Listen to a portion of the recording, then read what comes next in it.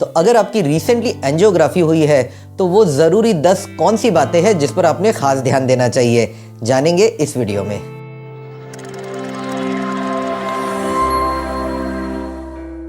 तो सबसे पहले हम बात करेंगे कि जिस जगह पर एंजियोग्राफी हुई हो उस जगह पर आप कितना मूवमेंट करना आपको अलाउड है, यानी कि कितना उस जगह को हिलाया डुलाया जा सकता है। तो अगर आपकी हाथ से एंजियोग्राफी हुई हो, यानी कि ये रिस्ट जॉइंट के पास अगर आपको एंजियोग्राफी की गई हो, तो इस जॉइंट को जो मूवमेंट है वो लगभग 24 घंटे तक अवॉइड करना कभी भी सेफ है। और पूरे हाथ का जो मूवमेंट है उसमें किसी भी तरह का रिस्ट्रिक्शन यूजुअली ज़रूरी नहीं होता है। हाथ को आप कैसा भी मूव कर सकते हो, लेकिन जॉइंट को करीब 24 घंटे तक इसको इस तरह से हिलाना आपने अवॉइड करना चाहिए। उसी तरह जब आपकी पैर की यानी कि कमर की नस से एंजियोग्राफी होती है तो जो कमर का जॉइंट है उसको भी आपने लगभग 24 घंटे तक उसका मूवमेंट, उसको बेंड करना अवॉइड करना चाहिए। और जो आपका पैर है उस पूरे पैर का जो मूवमेंट है वो लगभग 5 से 6 घंटा तक आपने अवॉइड करना चाहिए। एक बार 5 से 6 घंटा बीत जाए तो आप पैर का मूवमेंट, यानी कि जैसे बिस्तर से उठ के चलना फिरना सब कर सकते हैं, लेकिन जो कमर है उसको ज़्यादा बेंड करना जहाँ तक हो सके अराउंड 24 घंटा आपने अवॉइड करना चाहिए।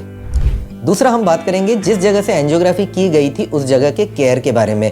तो यूजुअली जैसे ही एंजियोग्राफी होती है उस जगह पर, यानी कि आपकी कलाई पर या कमर पर एक टाइट बैंडेज बांध दिया जाता है। यूजुअली हॉस्पिटल से डिस्चार्ज होने के पहले इस टाइट बैंडेज को निकाल के इसकी जगह एक नॉर्मल बैंडेज कर दिया जाता है एंटीसेप्टिक के साथ में। जब आप घर जाते हैं तो करीब 24 घंटे के बाद आप इस बैंडेज को निकाल सकते हैं और इस जगह को साबुन पानी से धो के क्लीन कर सकते हैं। याद रखिए, जैसे ही आप इसको साबुन पानी से धोते हैं इसको तुरंत ड्राई कर लेना, सूखा कर लेना पोंछ के, बहुत ज़रूरी है। इस जख्म को भरने में करीब 2 से 3 दिन तक लग सकते हैं। तब तक इसको धोने के तुरंत बाद इसको अच्छी तरह ड्राई करने वाला जो प्रिकॉशन है इसको ध्यान में रखिए। एक बार ये जख्म जब भर जाती है तो इस जगह पर फिर कोई खास दूसरी केयर लेने की ज़रूरत नहीं रह जाती है। तीसरा, जिस जगह पर एंजियोग्राफी हुई थी उस जगह पर अगर हल्का फुल्का दर्द होता है, थोड़ा सा वहाँ कालापन होता है, हल्की सी स्वेलिंग होती है, तो ये एक एक्सेप्टेबल चीज़ है। लेकिन अगर आपने ये नोटिस किया है कि इसका दर्द दिन प्रतिदिन बढ़ता जा रहा है, इसकी जो स्वेलिंग है धीरे धीरे बढ़ती जा रही है, इस जगह से कुछ पस निकल रहा हो, या इस जगह पर आपको फ्रेश ब्लीडिंग नज़र आ रही हो, नया फ्रेश खून बहता हुआ दिख रहा हो, अगर इस तरह का कुछ आपको प्रॉब्लम नज़र आए तो तुरंत आपके डॉक्टर को इन्फॉर्म करिए। अगला पॉइंट हाइड्रेशन के बारे में, यानी कि फ्लूइड और पानी पीने के बारे में। तो सबसे पहले तो ये पानी पीना क्यों ज़रूरी है, क्योंकि एंजियोग्राफी के दौरान एक मेडिसिन दी जाती है जिसको हम कॉन्ट्रास्ट कहते हैं। ये हार्ट की नसों को देखने के लिए काफ़ी ज़रूरी होती है। इस दवा को जैसे ही इसका काम हो जाता है बॉडी से, इसको बॉडी से फ्लश आउट कर देना बहुत ज़रूरी है पेशाब के रास्ते, और इसीलिए भरपूर पानी पीना ज़रूरी है। इससे हमारी किडनीज हेल्दी रहती है।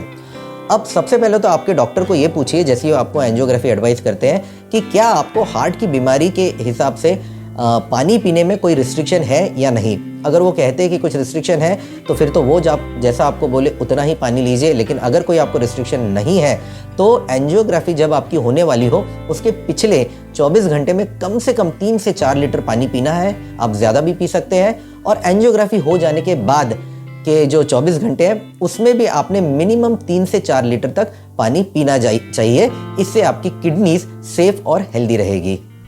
अगला पॉइंट खाना खाने के बारे में। तो यूजुअली जब भी एंजियोग्राफी आपकी होती है उसके कम से कम 3 से 4 घंटे पहले से आपको ये एडवाइस किया जाएगा कि आपने कुछ खाना नहीं चाहिए।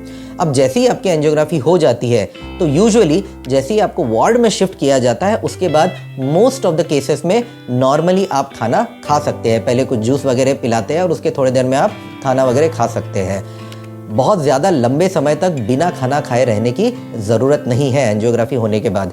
हाँ, आपके पर्टिकुलर केस में अगर कुछ ऐसे रिस्ट्रिक्शन होंगे और आपको थोड़ा कुछ और देर तक बिना खाना खाए रहना है तो आपके डॉक्टर आपको ज़रूर बताएंगे। लेकिन मोस्ट ऑफ द केसेस में जैसे ही वार्ड में शिफ्ट किया जाता है उसके बाद आप ज़रूर कुछ खाना खा सकते हैं। अगला आपने ये देखना है कि आपको क्या कोई फ्रेश कंप्लेंट्स, नया कंप्लेंट चालू हो रहा है या नहीं।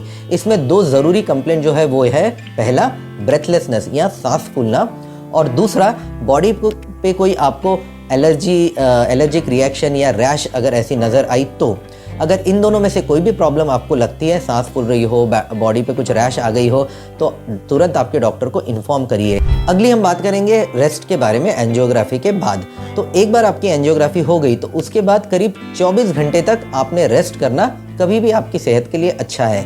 एक बार 24 घंटे बीत जाए तो उसके बाद यूजुअली आप अपना नॉर्मल काम रिज्यूम कर सकते हैं। अगर आपके पर्टिकुलर केस में आपके डॉक्टर कहे कि आपको थोड़ा लंबे समय की ज़रूरत है तो जैसा वो कहते हैं फॉलो करिए, लेकिन मैक्सिमम लोगों में 24 घंटे के बाद और ज़्यादा रेस्ट लेने की ज़रूरत नहीं पड़ती है। अगला पॉइंट रिस्ट्रिक्शंस के बारे में। तो अगर आपके डॉक्टर एंजियोग्राफी का रिपोर्ट देखने के बाद आपको कुछ स्पेसिफिक रिस्ट्रिक्शंस एडवाइस करते हैं, जैसे कि फिजिकल एक्टिविटी आपने अगर रिस्ट्रिक्ट करनी चाहिए, पानी पीना आपने रिस्ट्रिक्ट करना चाहिए, नमक खाना आपने रिस्ट्रिक्ट करना चाहिए, तो इस तरह के कोई रिस्ट्रिक्शंस अगर आपके डॉक्टर आपको एडवाइस करते हैं तो उसको प्रॉपरली फॉलो करिए।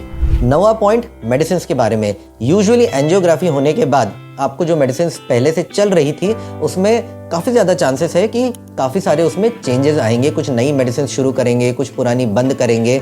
तो ये जो भी आपको फ्रेश मेडिसिन की एडवाइस डॉक्टर देते हैं उसको पहले तो अच्छी तरह समझ लीजिए, क्योंकि ये सब नया चेंज हुआ रहेगा, और उसके बाद जैसा आपके डॉक्टर या कार्डियोलॉजिस्ट कहते हैं उसे बराबर फॉलो करिए। दूसरा, एंजियोग्राफी के बाद अगर आपको कुछ खास बहुत ज़्यादा ब्लॉकेजेस निकले हैं तो शायद आपके डॉक्टर आपको एक सॉर्बिट्रेट नाम की गोली भी साथ में रखने के लिए एडवाइस करेंगे, जब भी सीने में दर्द होता है तो ऐसी इमरजेंसी में ज़बान के नीचे रखने के लिए। तो अगर ऐसी कोई गोली आपको एडवाइस करते हैं तो उनके एडवाइस के मुताबिक इस गोली को भी आपने इस्तेमाल करना है। और फाइनली ब्लड थिनर्स के बारे में, यानी कि खून को पतला करने वाली गोलियाँ। तो एंजियोग्राफी के लिए यूजुअली खून पतला करने की जो नॉर्मल गोलियां हैं, जिनका नाम जैसे एस्पिरिन, क्लोपिडोग्रेल, इस तरीके की जो दवाइयां हैं इनको बंद करने की ज़रूरत नहीं पड़ती है। लेकिन जो स्ट्रॉन्ग ब्लड थिनर्स है, जिनका मैं नाम बताता हूं, जैसे वारफेरिन हो गया, जैसे एसिट्रॉम हो गया, इस तरह के जो स्ट्रॉन्ग ब्लड थिनर्स हैं इनको यूजुअली बंद करवाया जाता है। तो एक बार आपकी एंजियोग्राफी हो जाती है तो उसके बाद आपके डॉक्टर को पूछिए कि इन दवाइयों को आपने वापस फिर से कब शुरू करना है, और वो जैसे एडवाइस करते हैं उसके हिसाब से आपको इन दवा को शुरू करना ज़रूरी है। Now let us summarise the 10 important things that you should take care after angiography. Number 1, avoid immediate movement. जिस जॉइंट पर आपकी एंजियोग्राफी हुई हो उसको करीब 24 घंटे तक हिलाना डुलाना आप अवॉइड करेंगे तो अच्छा है। नंबर 2, जिस जगह पर एग्जैक्ट जहां एंजियोग्राफी का पंक्चर किया गया था निडल से, उस जगह की केयर करिए, उसको क्लीन रखिए, ड्राई रखिए जब तक कि वो हील ना हो जाए। नंबर 3, उस जगह पर जहां से एंजियोग्राफी हुई, क्या वहां पर कोई फ्रेश ब्लीडिंग है, क्या उधर पस आ रहा है, अगर उसका पेन बढ़ता जा रहा है, स्वेलिंग बढ़ती जा रही है, अगर ऐसा कुछ प्रॉब्लम है तो आपके कार्डियोलॉजिस्ट को इन्फॉर्म करिए। अगला पॉइंट, हाइड्रेशन अच्छी तरह मेंटेन कीजिए, भरपूर पानी लीजिए, प्रोवाइडेड कि आपको पानी लेने में कोई रिस्ट्रिक्शन आपके डॉक्टर ने एडवाइस नहीं किया है। तो उसके अलावा आपको क्या कोई बाहर से नए सिम्टम्स आ रहे हैं, जैसे ब्रेथलेसनेस, बॉडी पे रैश आना, इस पर ध्यान रखिए। इसके अलावा जैसी एंजियोग्राफी हो जाती है तो एक बार वार्ड में शिफ्ट करने के बाद आप मोस्टली खाना खा सकते हैं। एंजियोग्राफी के बाद लगभग 24 घंटे का रेस्ट मैक्सिमम लोगों में काफ़ी होता है, उससे ज़्यादा रेस्ट लेने की ज़रूरत नहीं है। अगला पॉइंट, आपको जो भी मेडिसिन आपके डॉक्टर ने दिए हैं उसको प्रॉपरली खाइए, और अगर उन्होंने आपको सॉर्बिट्रेट ज़बान के नीचे रखने के लिए एडवाइस किया है तो उसे भी बराबर फॉलो करिए। अगला पॉइंट, अगर आपको कोई रिस्ट्रिक्शंस बताए गए हैं पानी के बारे में, नमक के बारे में या और कोई खाने पीने के बारे में, उसको प्रॉपरली फॉलो करिए। अगला और आखिरी पॉइंट कि अगर आपको कोई स्ट्रॉन्ग ब्लड थिनर्स चालू थे जो एंजियोग्राफी के पहले बंद किए गए हैं तो उसे कब वापस शुरू करना आपके डॉक्टर को पूछिए। उम्मीद करता हूं कि इस वीडियो में मैंने जो आपको जानकारी दी है वो आपको यूज़फुल लगेगी। इसे आप सब लोगों के साथ शेयर करिए ताकि इस इन्फॉर्मेशन का उनको भी फ़ायदा हो। खासकर उन लोगों से शेयर करिए जिनकी अभी रिसेंटली एंजियोग्राफी हुई है या कुछ ही समय में होने वाली है। अगर आपके कुछ डाउट्स है, क्वेरीज है, कमेंट्स है तो जैसे मैं कहता हूँ नीचे कमेंट सेक्शन में लिख के मुझे बताइए। आपको ये वीडियो कैसा लगा मुझे बताइए। आगे के वीडियो के लिए आपको कोई स्पेसिफिक टॉपिक सजेस्ट करना है तो कमेंट सेक्शन में ज़रूर लिखिए। और अगले वीडियो तक बाय बाय।